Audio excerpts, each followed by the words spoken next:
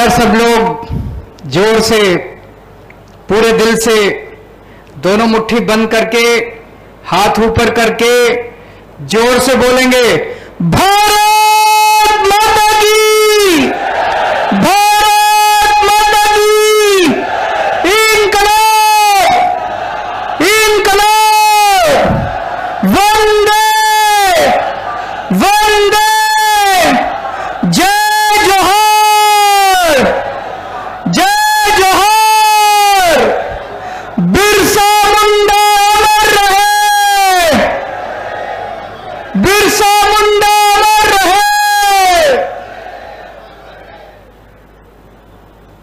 आज इतनी भारी संख्या में आए हुए सभी भाइयों, बहनों, माताओं, बुजुर्गों, बच्चों, आप सब लोगों को मेरा नमस्कार, सबको मेरा प्रणाम। केम छो? मजामा? मुझे गुजरात के लोगों से इतना प्यार मिल रहा है, इतना प्यार मिल रहा है, जहां भी जाते हैं। आज मेरे को भी पुलिस वाला एक बता रहा था, यहां पे 1.5 लाख लोगों का भी 1.5 लाख लोग आए हुए हैं, यहां पे सामने 1.5 लाख लोग आए हुए हैं, और अपने से समय निकाल के सब लोग आए हैं, किसी को पैसे नहीं दिए, सब अपनी मर्जी से आए हैं। जैसे ये लोग पैसे देके इकट्ठे करते हैं, सब अपनी मर्जी से आए हैं, सब बदलाव के लिए आए हैं। मैं आप लोगों का बहुत बहुत आभारी हूं, दिल से आभारी हूं कि आप लोग इतना समय निकाल के आए हैं, इतने घंटे से यहां पे हमारा इंतजार कर रहे हैं, बैठे हुए हैं। आपको एक ही विश्वास दिलाना चाहता हूं, आपके प्यार का ऋण, एक एक ऋण चुकता कर देंगे जैसे ही सरकार बनी। आपको जितनी गारंटी देके जा रहे हैं, जितने वादे देके जा रहे हैं, एक एक वादा पूरा करेंगे, आपके बच्चों का भविष्य बनाएंगे, गुजरात के 6.5 करोड़ लोगों के साथ मिलकर एक नया गुजरात बनाएंगे। दोस्तों,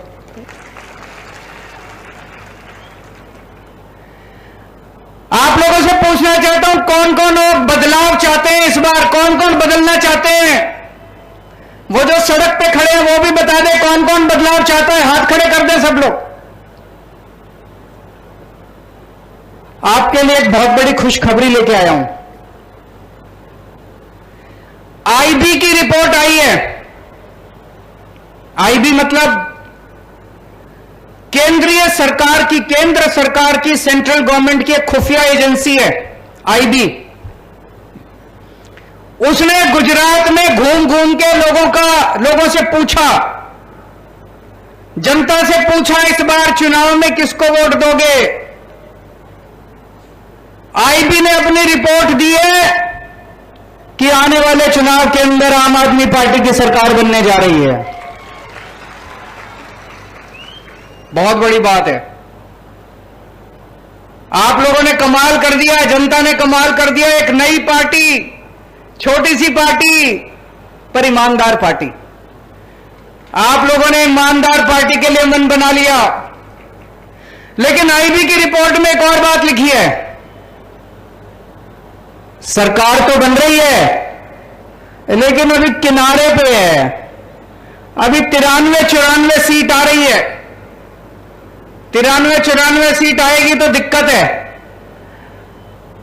इस बार इतना वोट डालो, इतना वोट डालो कि 150 पार कर जाए, 150 से ज्यादा सीट आनी चाहिए।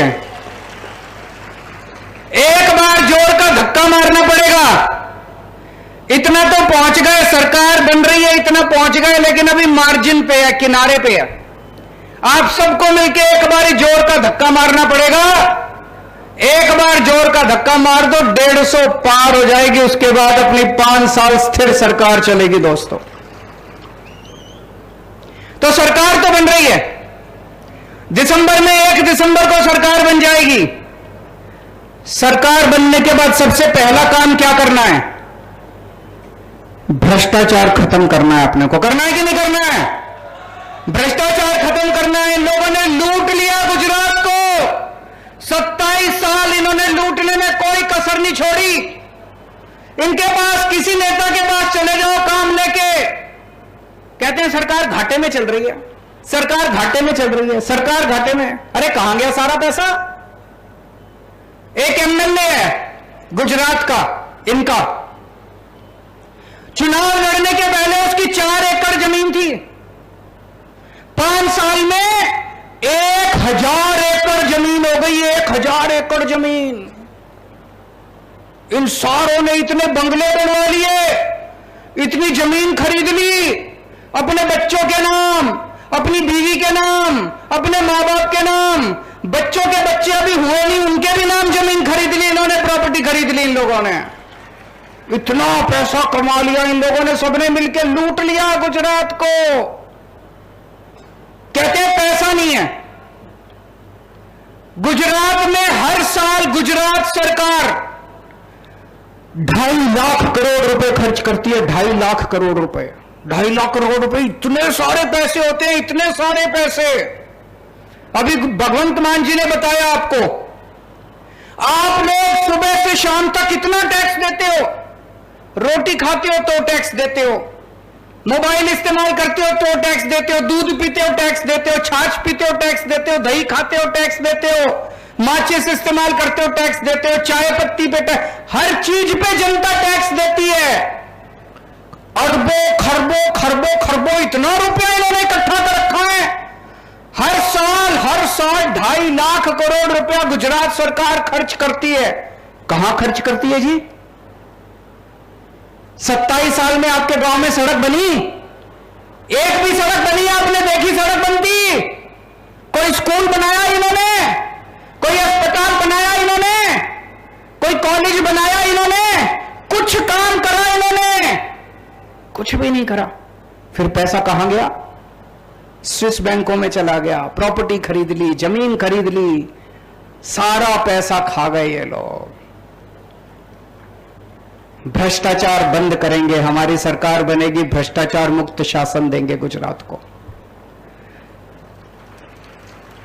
गुजरात का एक एक पैसा, गुजरात सरकार का एक एक पैसा जनता पे खर्च होगा। हमारा कोई मंत्री भ्रष्टाचार नहीं करेगा, हमारा मुख्यमंत्री भ्रष्टाचार नहीं करेगा, हमारा कोई एमएलए भ्रष्टाचार नहीं करेगा, और अगर कोई भ्रष्टाचार करेगा तो जेल जाएगा। हमारा अपना भी भ्रष्टाचार करेगा, उसको छोड़ेंगे नहीं। हमारा अपना भी, भगवंत मान साहब ने कमाल कर दिया। अभी पंजाब के अंदर नई नई सरकार बनी, मान साहब को एक दिन पता चला कि उनका हेल्थ मिनिस्टर कुछ गड़बड़ कर रहा है। अभी विपक्ष को नहीं पता था, अभी मीडिया को भी नहीं पता था। किसी ने आके मान साहब के कान में बोला कि आपका हेल्थ मिनिस्टर गड़बड़ कर रहा है। इन्होंने पता कराया, पता चला हां ये गड़बड़ कर रहा है। पता है इन्होंने क्या किया? अपने हेल्थ मिनिस्टर को पकड़ के जेल में डाल दिया। कभी सुना है? 75 साल आजादी के 75 साल में पहली बार ऐसे हुआ कि किसी मुख्यमंत्री ने अपने हेल्थ मिनिस्टर को पकड़ के जेल में डाल दिया। कट्टर ईमानदार पार्टी है, कट्टर ईमानदार लोग हैं हम, कट्टर ईमानदार सरकार है हमारी। एक पैसे का भ्रष्टाचार नहीं होने देंगे। जो भ्रष्टाचार करेगा जेल जाएगा।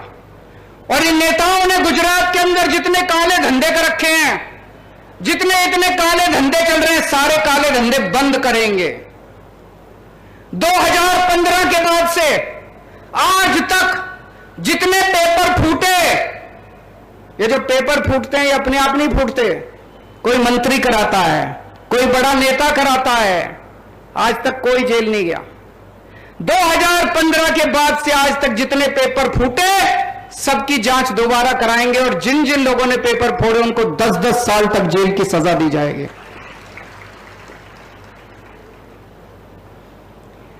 आप सरकारी विभाग में काम कराने जाते हो, आपको पैसे देने पड़ते हैं। देने पड़ते हैं कि नहीं देने पड़ते? चाहे जाति प्रमाण पत्र बनवाना है, राशन कार्ड बनवाना है, बिजली का कनेक्शन लेना है, पानी का कनेक्शन लेना है, राशन कार्ड, कुछ भी काम कराना है, पैसे देने पड़ते हैं। 1 दिसंबर के बाद से आपके सारे काम बिना पैसे के होंगे, बिना रिश्वत के होंगे, कोई पैसा देने की जरूरत नहीं पड़ेगी। अभी जो यशोदान भाई ने बताया, आपको लग रहा होगा वैसे ही फेंक रहा है यशोदान, झूठ बोल रहा है। दिल्ली में हमने एक व्यवस्था कर दी, अब एक एक करके हम सरकारी दफ्तर पे ताला लगाते जा रहे हैं, बंद करते जा रहे हैं। अब आपको अपना काम कराने के लिए सरकारी दफ्तर जाने की जरूरत नहीं है। हमने ऐसी व्यवस्था कर दी, आपको कोई भी काम कराना है आप फोन करो, आप बोलो मेरे को यह काम कराना है, राशन कार्ड बनवाना है, बिजली कनेक्शन लेना है, फलाना ढिमका, सरकारी अफसर आपके घर आके आपका काम करके जाता है, आपको दफ्तर जाने की जरूरत नहीं है। गुजरात में भी यह व्यवस्था करेंगे, आपके घर आके आपका काम करेंगे, सरकारी ऑफिसर आपके घर आएगा, आपको किसी को रिश्वत देने की जरूरत नहीं, किसी को पैसा देने की जरूरत नहीं है। साफ सुथरा प्रशासन देंगे दोस्तों। कल मैं गुजरात आया, मैंने देखा चारों तरफ इन लोगों ने मेरे खिलाफ पोस्टर लगा रखे थे, इतने बड़े बड़े होर्डिंग, इतने बड़े बड़े पोस्टर मेरे खिलाफ, मेरी एक तस्वीर उसमें, और तस्वीर के बगल में इन्होंने भगवान के खिलाफ बड़े अपशब्द, अपमानजनक शब्द इन लोगों ने लिखे हुए थे भगवान जी के खिलाफ। मेरे को बड़ी तकलीफ हुई, बहुत दुख हुआ मुझे। मैं जानता हूं कि ये लोग मेरे से नफरत करते हैं, ये लोग मेरे से बहुत नफरत करते हैं। तुम मेरे को जो मर्जी कर लो, भगवान के खिलाफ तो कम से कम कुछ मत बोलो, भगवान को तो बख्श दो, भगवान का अपमान तो मत करो कम से कम। भगवान का अपमान कौन करता है? पुराने जमाने में जब ऋषि मुनि तपस्या कर रहे होते थे तो राक्षस आके उनकी तपस्या भंग करते थे। जो भगवान का अपमान करता है उसको राक्षस कहते हैं। जो भगवान का अपमान करता है, भक्तों का अपमान करता है, वो कंस की औलाद कहते हैं, वो कंस की औलाद है। क्या करते थे पुराने जमाने में राक्षस? किसी भी गांव में घुस जाते थे, गुंडागर्दी करते थे, महिलाओं को छेड़ते थे, बलात्कार करते थे। ये जितने आजकल गुंडागर्दी कर रहे हैं, भगवान का अपमान कर रहे हैं, भगवान के खिलाफ गंदी भाषा इस्तेमाल कर रहे हैं, ये लोग ये गुंडागर्दी कर रहे हैं, महिलाओं को छेड़ते हैं, लोगों को पीटते हैं, ये लोग, ये कंस की औलाद है, ये राक्षसों की औलाद है। मैं हनुमान जी का भक्त हूं, हनुमान जी का कट्टर भक्त हूं मैं। हनुमान जी की बड़ी कृपा है मेरे ऊपर। और इन लोगों को बता दूं, मेरा जन्म जन्माष्टमी के दिन हुआ था। जिस दिन मैं पैदा हुआ उस दिन जन्माष्टमी थी, श्री कृष्ण जन्माष्टमी।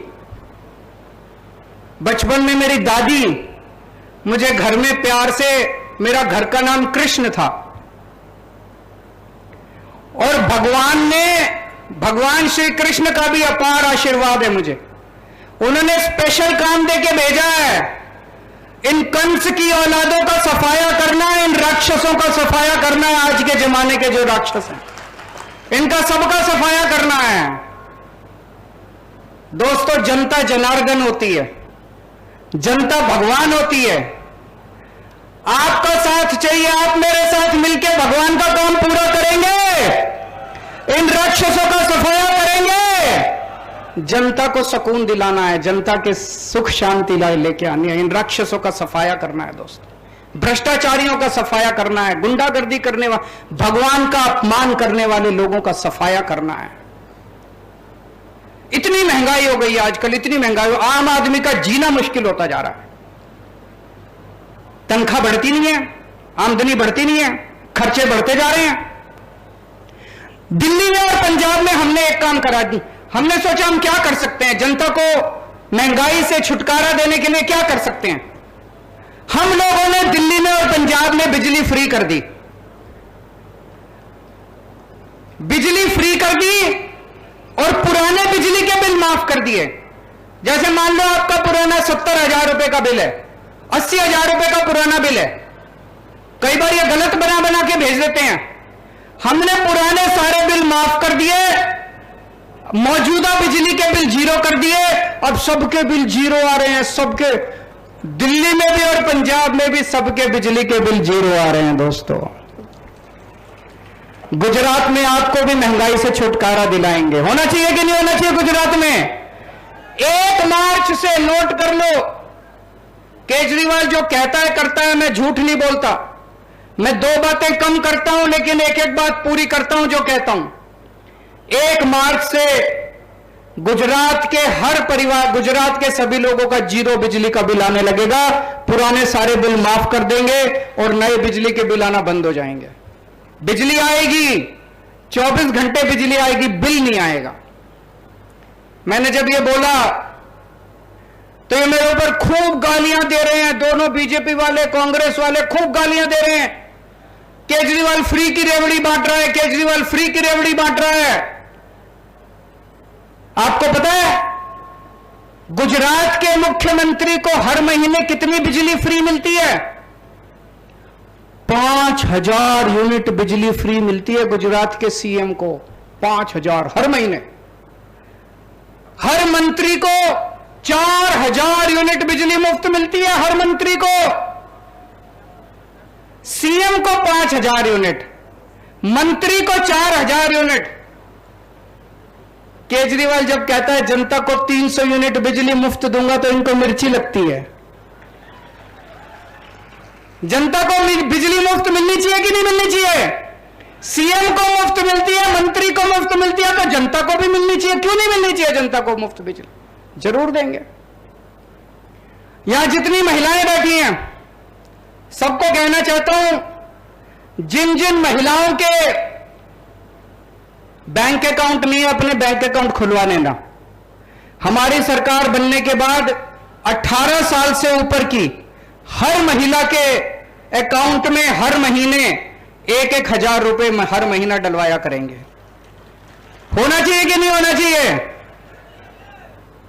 मैं ऐसी कई बेटियों को जानता हूं जो पैसे की कमी के कारण उनकी पढ़ाई छूट जाती है।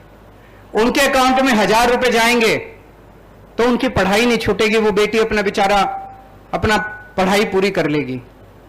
1000 रुपए हर महिला को मिलेंगे, उसके 100 काम आते हैं महिला के, उसके काम पूरे होंगे। मैं सभी महिलाओं को कहना चाहता हूं, हमें तुम्हारे चिंता करवानी जरूर नहीं। तुम्हारो भाई आवी गयो छे।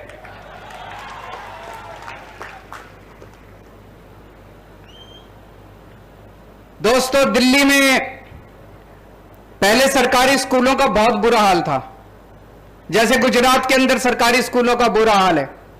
आदमी सरकारी स्कूल में अपने बच्चे को तब भेजता है जब गरीबी में उसके पास पैसा नहीं होता, पढ़ाने के लिए पैसा नहीं होता, सरकारी स्कूल में भेज देता है। दिल्ली में भी पहले स्कूल टूटे पड़े थे, बिल्डिंग टूटी पड़ी थी, छत टूटी पड़ी थी, बैठने को जगह नहीं थी, टीचर पढ़ाते नहीं थे। 5 साल के अंदर हमने दिल्ली के सारे सरकारी स्कूलों को शानदार बना दिया। शानदार। सारी बिल्डिंग तोड़ तोड़ के नई बिल्डिंग बना दी, प्राइवेट से भी अच्छे सरकारी स्कूल बना दिए। अब दिल्ली की जनता प्राइवेट स्कूलों से नाम कटा कटा के सरकारी स्कूल में भर्ती करा रहे हैं। कभी सुना था? इस साल 4 लाख बच्चों ने अपने सरकारी स्कूल से नाम कटा के प्राइवेट स्कूल से नाम कटा के सरकारी स्कूल में भर्ती कराए। अब सरकारी स्कूलों में बच्चे, मजदूर का बच्चा इंजीनियर बन रहा है, रिक्शे वाले का बच्चा डॉक्टर बन रहा है, किसान का बच्चा वकील बन रहा है, गरीबों के बच्चे, बड़े बड़े हजारों बच्चे डॉक्टर बन रहे हैं, इंजीनियर बन रहे हैं। प्राइवेट स्कूलों के बच्चे इतने नहीं बन रहे जितने सरकारी स्कूलों के बच्चे अब शानदार बन रहे हैं। और सोचो, एक मजदूर का बच्चा अगर इंजीनियर बन जाता है, इंजीनियर बनने के बाद उसकी तनख्वाह कितनी होती है? 2 लाख 3 लाख रुपए महीना। उसके तो परिवार की गरीबी दूर हो गई कि नहीं हो गई? अगर हम अपने सारे बच्चों को अच्छी शिक्षा दे दें, सबकी गरीबी दूर हो सकती है, सब अमीर बन जाएंगे, सारे लोग अमीर बन जाएंगे। गुजरात में भी ऐसे ही करेंगे। गुजरात के सरकारी स्कूल, खूब सारे नए सरकारी स्कूल बनाएंगे। अभी जो स्कूल है उनको तोड़ तोड़ के नए बड़े शानदार सरकारी स्कूल बनाएंगे। मैं आपको यकीन दिला रहा हूं, 5 साल के अंदर, 5 साल दे दो, 5 साल के अंदर ऐसे शानदार गुजरात में सरकारी स्कूल बना दूंगा, आपको प्राइवेट स्कूल की जरूरत ही नहीं पड़ेगी। प्राइवेट स्कूल सारे जने भूल जाओगे आप लोग। लेकिन अगर फिर भी आपको अपने बच्चों को प्राइवेट स्कूल में पढ़ाना है, जिसको भी, मेरे को पता चला है प्राइवेट स्कूल वालों ने गुंडागर्दी मचा रखी है। मचा रखी कि नहीं मचा रखी? जब मर्जी फीस बढ़ा देते हैं, जब मर्जी पैसे मांगते हैं। इनकी गुंडागर्दी रोकेंगे। दिल्ली के अंदर भी पहले गुंडागर्दी करते थे।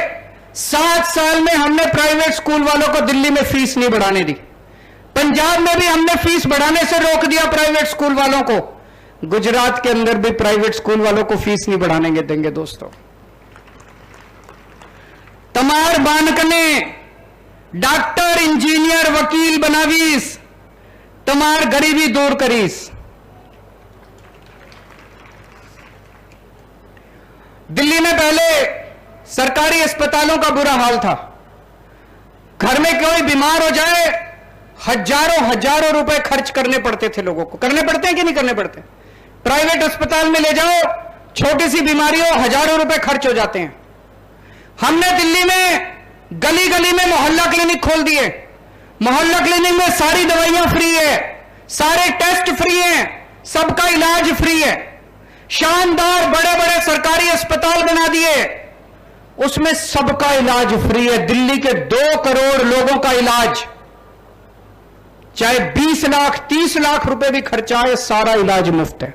दवाइयां भी मुफ्त है, ऑपरेशन भी मुफ्त है, डॉक्टर की फीस भी मुफ्त है, सब मुफ्त है। गुजरात का भी मैंने पूरा प्लान बना रखा है। गुजरात में हमारी सरकार बनेगी, हर गांव के अंदर एक एक मोहल्ला क्लिनिक खोलेंगे। उस क्लिनिक में एक एमबीबीएस डॉक्टर बनाएंगे, वहां पे आपकी सारी दवाइयां मुफ्त होंगी, सब कुछ मुफ्त होगा, सारा इलाज मुफ्त। और अगर बड़ी बीमारी हो जाए, पूरे गुजरात के अंदर कई सारे बड़े बड़े सरकारी अस्पताल बनाएंगे दिल्ली की तरह, और 6.5 करोड़ गुजरातियों का हर एक का सारा इलाज मुफ्त होगा, चाहे अमीर हो चाहे गरीब हो, चाहे कितना भी खर्चा आए, आपका सारा इलाज मुफ्त किया जाएगा। मुझे राजनीति करनी नहीं आती, मुझे पॉलिटिक्स करनी नहीं आती। पढ़ा लिखा आदमी हूं मैं, शरीफ आदमी हूं, ईमानदार आदमी हूं। मेरे को इनकी तरह गुंडागर्दी करनी नहीं आती, इनकी तरह भ्रष्टाचार करना नहीं आता। मेरे को स्कूल बनाने आते हैं, मेरे को अस्पताल बनाने आते हैं। अगर गुंडागर्दी चाहिए, इनके पास चले जाना। अगर राजनीति चाहिए, गंदी राजनीति चाहिए, भ्रष्टाचार चाहिए, इनके पास चले जाना। अगर अपने बच्चों के लिए स्कूल बनवाने हैं, कॉलेज बनवाने हैं, मेरे पास आ जाना।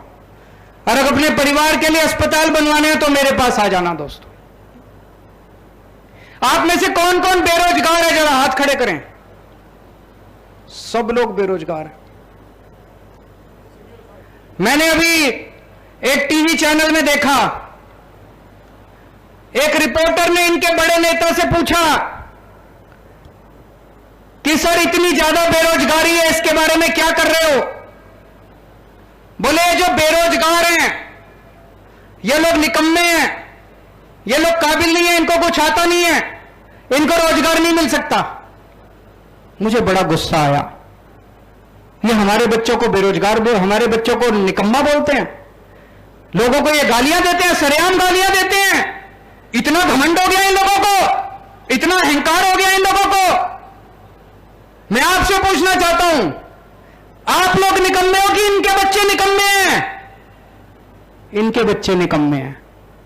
तुम्हारे इनके बच्चे निकम्मे हैं। इनके बच्चों को फिर भी चेयरमैन बना देते हैं, एमएलए बना देते हैं, टिकट दे देते हैं। हमारे बच्चों को मौका नहीं मिलता। मौका देके देखो, तुम्हारे बच्चों को पीछे छोड़ देंगे हमारे बच्चे। आपको रोजगार मैं दूंगा, आपके लिए रोजगार की व्यवस्था मैं करूंगा। मैंने पूरी प्लानिंग कर रखी है। दिल्ली हमने 12 लाख बच्चों को रोजगार दिए हैं, 12 लाख बच्चों को। भगवंत मान ने पंजाब में अभी 20,000 से ज्यादा सरकारी नौकरियां निकाली, अभी 6 महीने भी नहीं हुए। हमें रोजगार देना आता है। गुजरात के लिए पूरी प्लानिंग करी है, कैसे हर युवा को रोजगार देना है। जब तक रोजगार नहीं मिलेगा, हर युवा को 3-3 हजार रुपए बेरोजगारी भत्ता दिया जाएगा। होना चाहिए कि नहीं होना चाहिए? और 10 लाख सरकारी नौकरियां, नई सरकारी नौकरियां निकाली जाएंगी। इतने सारे हम सरकारी अस्पताल बनाएंगे, इतने मोहल्ला क्लिनिक बनाएंगे, इतने नए स्कूल बनाएंगे, इतना काम करेंगे, खूब सरकारी नौकरियां निकलेंगी, खूब नई नौकरियां निकलेंगी। 10 लाख सरकारी नौकरियां निकाली जाएंगी। और ये जितने पेपर फूटते हैं, हमारी अभी तक दिल्ली और पंजाब में एक भी पेपर नहीं फूटा। अब से 1 दिसंबर के बाद गुजरात में कोई पेपर नहीं फूटेगा। अगर कोई पेपर फोड़ेगा तो 10 साल के लिए उसको जेल भेजेंगे।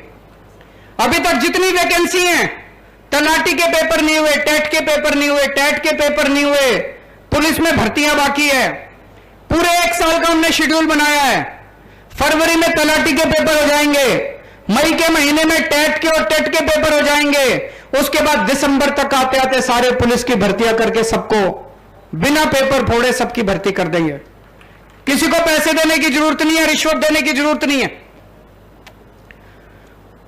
ये लोग कहते थे गुजरात की सड़कें बड़ी अच्छी हैं। हम लोग दिल्ली में बैठ के सोचते थे होंगी अच्छी। अभी मैं इतने दिनों से गुजरात घूम रहा हूं, सब जगह सड़कें टूटी पड़ी हैं, सब जगह। जनता की पहली डिमांड है कि हमारी सड़कें ठीक करा देना। दोस्तों, भ्रष्टाचार खत्म करेंगे, खूब पैसा बचेगा, खूब पैसा बचेगा, और आपकी सड़कें ठीक कराएंगे। जो सबसे जरूरी सड़कें हमें बता देना, जो जरूरी वाली सड़कें हैं 6 महीने में ठीक करा देंगे, और बाकी बची हुई 3 से 4 साल के अंदर एक एक सारी सड़कें ठीक कराएंगे। यहां पे बहुत सारे किसान भाई आए हुए हैं। किसान की सबसे बड़ी समस्या होती है, पैसा लगा के, खून पसीना बहा के अपनी फसल उगाता है, और जब फसल बेचने जाता है मंडी में, बाहर बेचने जाता है बाजार में, तो उसको कोई भी पूरा दाम देने के लिए तैयार नहीं होता। औने पौने दाम में वो अपनी फसल बेच के आ जाता है। किसान कर्जे में डूब जाता है और फिर आत्महत्या कर लेता है। किसानों को फसलों का पूरा दाम दिलाएंगे।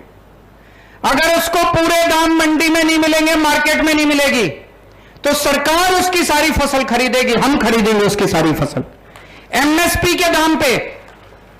शुरुआत करेंगे 5 फसलों से, गेहूं, चावल, चना, मूंगफली, कपास। इन 5 फसलों पे अगर किसान को मार्केट में एमएसपी का दाम नहीं मिलता, तो सरकार के पास आ जाए, सरकार उसकी सारी फसल एमएसपी के दाम पे खरीद लेगी। पंजाब में भी करके दिखाया है। पंजाब में हमने 5 फसलों के ऊपर एमएसपी दे दी, गेहूं, चावल, कपास, नरमा, मूंग दाल। पंजाब में दे दी। गुजरात में 5 फसलों से शुरू करेंगे, और धीरे धीरे करते करते 1-1 साल में, 2-2 साल में और नई फसलें जोड़ते जाएंगे। पर किसानों को फसलों का पूरा दाम दिलाएंगे, और अगर किसानों को फसलों का पूरा दाम मिल गया, कोई किसान आत्महत्या नहीं करेगा। उसके बाद उसके पास पैसे की कमी नहीं बचेगी।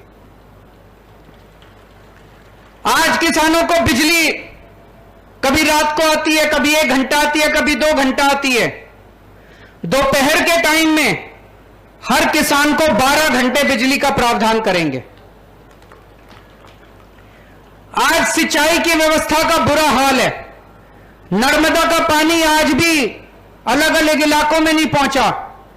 आपके लिए सिंचाई की व्यवस्था करेंगे और नर्मदा के पानी को कोने कोने तक पहुंचाएंगे दोस्तों। और अगर आपकी फसल बर्बाद होती है, तो दिल्ली में हम लोगों ने एक योजना बना दी। दिल्ली में अगर आपकी फसल बर्बाद होती है, 50,000 रुपए प्रति हेक्टेयर के हिसाब से हम किसान को मुआवजा देते हैं। ऑटोमेटिक मुआवजा मिल जाता है उसको 1 महीने के अंदर। अब हमने पंजाब में भी व्यवस्था कर दी। गुजरात में भी अगर सरकार बनेगी तो 50,000 रुपए प्रति हेक्टेयर के हिसाब से किसानों को फसल बर्बाद होने पर मुआवजा दिलाएंगे। यहां पे बहुत सारे आदिवासी भाई बहन आए हुए हैं। पैसा लागू करेंगे। अभी तक सरकार की नीयत खराब थी। कोई सरकार पैसा लागू नहीं करना चाहती, ग्राम सभाओं को पूरा अधिकार देंगे। आपका जल, जंगल, जमीन, इसके ऊपर ग्राम सभा का अधिकार होगा। जो गांव वाले कहेंगे उनकी मर्जी के बिना कोई आपकी जमीन नहीं ले सकता। 5th शेड्यूल संविधान का लागू करेंगे। आदिवासी लोगों को, उनके भाई बहनों को पूरा अधिकार, आदिवासी लोगों का जो अधिकार है सब अधिकार दिलाएंगे। अभी अयोध्या में राम मंदिर बन रहा है, अगली साल तक पूरा हो जाएगा। कौन कौन लोग रामचंद्र जी के दर्शन करना चाहते हैं? हाथ खड़े करके बताएं। सब लोग वहां पे जाना चाहते हैं, लेकिन जाने के लिए पैसे चाहिए। पैसे की कमी हो जाती है। पूरा परिवार लेके जाओ तो और खर्चा आता है, आना जाना, रहना, खाना पीना। दिल्ली में हमने शुरू किया है। दिल्ली में अभी हम रामलला के दर्शन करवाने के लिए लोगों को ले जाते हैं। सब कुछ फ्री है, सरकार देती है। आना जाना, रहना, खाना पीना। जब ट्रेन जाती है, स्पेशल ट्रेन जाती है दिल्ली से, मैं उन्हें छोड़ने जाता हूं स्टेशन पे। जब ट्रेन आती है मैं उन्हें लेने जाता हूं। इतने खुश होते हैं लोग, इतना आशीर्वाद देते हैं लोग, इतना आशीर्वाद देते हैं। गुजरात के लोगों को भी अयोध्या में रामचंद्र जी के दर्शन कराएंगे, फ्री में दर्शन कराएंगे। ये लोग मेरे को खूब गालियां देते हैं, केजरीवाल सब कुछ फ्री फ्री फ्री क्यों दे रहा है। मैं आपसे पूछना चाहता हूं, हमारे देश के बच्चों को अच्छी शिक्षा फ्री में मिलनी चाहिए कि नहीं मिलनी चाहिए? हाथ खड़े करके बता दो। हमारे देश में पैदा होने वाले हर आदमी को, हर औरत को अच्छा इलाज फ्री में मिलना चाहिए कि नहीं मिलना चाहिए? हमारे देश में लोगों को फ्री में बिजली मिलनी चाहिए कि नहीं मिलनी चाहिए? मिलनी चाहिए। ये इतना फ्री के खिलाफ क्यों बोलते हैं? क्यों कहते हैं केजरीवाल फ्री दे रहा है, फ्री दे रहा है, नहीं देना चाहिए? इनको डर लगता है सब कुछ फ्री दे दिया तो इनको लूटने के लिए कुछ नहीं बचेगा। मैं कहता हूं स्कूल बनवाऊंगा, कहते नहीं नहीं स्कूल नहीं बनेंगे। मैं कहता हूं अस्पताल बनवाऊंगा, दवाइयां फ्री दूंगा, ये कहते नहीं नहीं अस्पताल नहीं बनाने देंगे। मैं कहता हूं मैं बिजली फ्री दूंगा, नहीं नहीं बिजली फ्री नहीं देंगे। क्यों? इनको लगता है स्कूल बन गए, अस्पताल बन गए, मोहल्ला क्लिनिक बन गए, सड़कें बन गई तो इनके लूटने के लिए पैसा नहीं बचेगा। दोनों इकट्ठी हो गई पार्टियां, दोनों खूब गालियां दे रही है मेरे को। आजकल मैंने सुना है पिछले कुछ दिनों से, जब से ये आईबी की रिपोर्ट आई है, दोनों की रात को 12 बजे सीक्रेट मीटिंग होती है। दोनों पार्टियों की, दोनों की सीक्रेट मीटिंग होती है। दोनों तय करते हैं कल केजरीवाल को यह गाली देनी है। सुबह सुबह 10 बजे एक पार्टी कहती है केजरीवाल कुत्ता है, 11 बजे दूसरी पार्टी कहती है केजरीवाल कमीना है, 12 बजे तीसरी पार्टी कहती है केजरीवाल आतंकवादी है,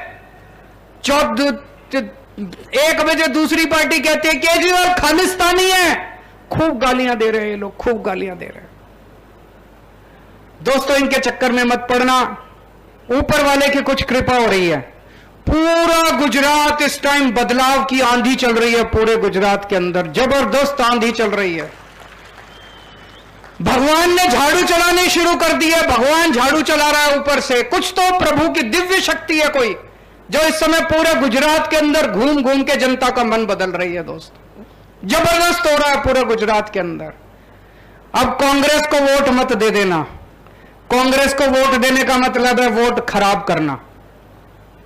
सर्वे में कांग्रेस की 10 से भी कम सीट आ रही हैं और ये 10 भी चले जाएंगे बीजेपी में चुनाव के बाद, वो भी नहीं बचने वाले। कांग्रेस को वोट देना बिल्कुल बेकार है। कांग्रेस को वोट देके अपना वोट खराब मत करना। और इनका 27 साल का अहंकार तोड़ना इस बार। इनको इतना घमंड हो गया, इनको इतना घमंड हो गया है। बहुत सारे बीजेपी के नेता मिलते हैं, बहुत सारे बीजेपी के कार्यकर्ता मिलते हैं, अंदर खाने बोलते हैं सर कुछ करो, इस बार हराओ इनको। बीजेपी वाले हराना चाहते हैं बीजेपी वालों को। भगवान ने झाड़ू चलाने शुरू कर दिए, भगवान झाड़ू चला रहा है ऊपर से। कुछ तो प्रभु की दिव्य शक्ति है कोई, जो इस समय पूरे गुजरात के अंदर घूम घूम के जनता का मन बदल रही है दोस्तों। जबरदस्त हो रहा है पूरे गुजरात के अंदर। अब कांग्रेस को वोट मत दे देना। कांग्रेस को वोट देने का मतलब है वोट खराब करना। सर्वे में कांग्रेस की 10 से भी कम सीट आ रही हैं, और ये 10 भी चले जाएंगे बीजेपी में चुनाव के बाद, वो भी नहीं बचने वाले। कांग्रेस को वोट देना बिल्कुल बेकार है। कांग्रेस को वोट देके अपना वोट खराब मत करना, और इनका 27 साल का अहंकार तोड़ना इस बार। इनको इतना घमंड हो गया, इनको इतना घमंड हो गया है। बहुत सारे बीजेपी के नेता मिलते हैं, बहुत सारे बीजेपी के कार्यकर्ता मिलते हैं, अंदर खाने बोलते हैं सर कुछ करो, इस बार हराओ इनको। बीजेपी वाले हराना चाहते हैं बीजेपी वालों को, कहते हैं सर कुछ करो, इस बार हराओ इनको। मैं सारे बीजेपी के कार्यकर्ताओं से कहना चाहता हूं, सारे बीजेपी के नेताओं से, जो जो बीजेपी को हराना चाहते हैं, मैं जानता हूं आपको डर है, आप बीजेपी में ही रहो, लेकिन अंदर खाने बीजेपी को हराने का काम करो। अंदर खाने आम आदमी पार्टी के लिए काम करो। मुझे पता है किसी का बिजनेस है, किसी का धंधा है, आप हमारी पार्टी में आओगे आपको तंग करेंगे, ये गुंडागर्दी करते हैं। आप हमारी पार्टी में आओगे आपका बिजनेस खराब कर देंगे, आप वहीं रहो, बिजनेस खराब करने की जरूरत नहीं है, लेकिन अंदर खाने इनको हराने का काम शुरू कर दो, अंदर खाने से। और जितने कांग्रेस के कार्यकर्ता हैं, आपको डरने की जरूरत नहीं है, सारे अपनी पार्टी छोड़ के आम आदमी पार्टी में आ जाओ। अब अपनी पार्टी बाजी भूल जाओ। ये नई आंधी चल रही है, नई राजनीति, नई पार्टी, नए चेहरे, नए विचार, नया सवेरा आने वाला है। सब लोग नया गुजरात बनाने के लिए इकट्ठे हो जाओ, सब लोग, चाहे आप इस पार्टी में हो चाहे उस पार्टी में हो, पार्टी मत देखो, गुजरात के लिए काम करो, देश के लिए काम करो। अपनी अपनी पार्टियां छोड़ दो, अपनी अपनी पार्टियों को भूल जाओ दोस्तों। और आज इन्होंने, आजकल ये बीजेपी वालों ने एक और चर्चा शुरू करी है। अपने आप बोलते हैं, घूम घूम के कान में बोलेंगे यार केजरीवाल तो अच्छा है, पर इस बार नहीं आएंगे, अगली बार, इस बार नहीं आएंगे, अगली बार। कोई आके बोले ना, समझ जाना बीजेपी वाला है, उनको बोला नहीं अगली बार नहीं, इसी बार बोलो, इसी बार बोलो, अगली बार नहीं इसी बार। तो जो अगर आपको आके बोले कि अगली बार, वो समझ जाना बीजेपी वाला है, बदमाशी कर रहा है, उसको बोलना नहीं दोस्त अगली बार नहीं इसी बार। तो दोस्तों एक आखिरी धक्का मारना है, सब लोगों को एक काम अब करना है। यहां से बाहर निकलोगे आधे घंटे के अंदर, सब लोग अपना अपना व्हाट्सएप खोल लेना, और व्हाट्सएप पे जितने नंबर हैं हर एक को एक मैसेज भेज देना कि मैं अपने बच्चों के भविष्य के लिए इस बार आम आदमी पार्टी को वोट दे रहा हूं। मेरे दोस्त, मेरे भाई, तू भी इस बार एक बार आम आदमी पार्टी को दे दे। सबको बाहर निकल के सबको मैसेज करोगे नहीं करोगे? भगवान कसम, सब लोग अपने अपने दोस्तों को, जितनी कॉन्टैक्ट लिस्ट में जितने नंबर है सबको मैसेज कर देना। और अभी जो ईशुदान भाई ने कहा, अपने गांव में जाके, अपने मोहल्ले में जाके कम से कम 100 लोगों को वोट देने के लिए तैयार करना है। मेरे पास पैसे नहीं है चुनाव लड़ने के लिए, मैं बहुत मेहनत कर रहा हूं, भगवंत मान के पास भी नहीं है, हमारे ईशुदान के पास भी नहीं है, पार्टी के पास भी नहीं है, ईमानदार लोग हैं, हमने पैसे नहीं कमाए, हमारे अकाउंट खाली पड़े हैं, लेकिन हमें आपका साथ मिल रहा है, आपका आशीर्वाद मिल रहा है, विश्वास मिल रहा है, प्यार मिल रहा है, आपका साथ चाहिए। आप लोगों को यह चुनाव लड़ना पड़ेगा, अपने अपने गांव में घर घर जाके कम से कम एक आदमी 100 वोट तैयार करेगा। करोगे? आजकल गुजरात के लोगों ने एक नया नारा निकाला है, एक कटोरी 2 समोसा। जोर से बोलो, एक कटोरी 2 समोसा, भाजपा तेरा क्या भरोसा। एक कटोरी 2 समोसा, भारत माता की।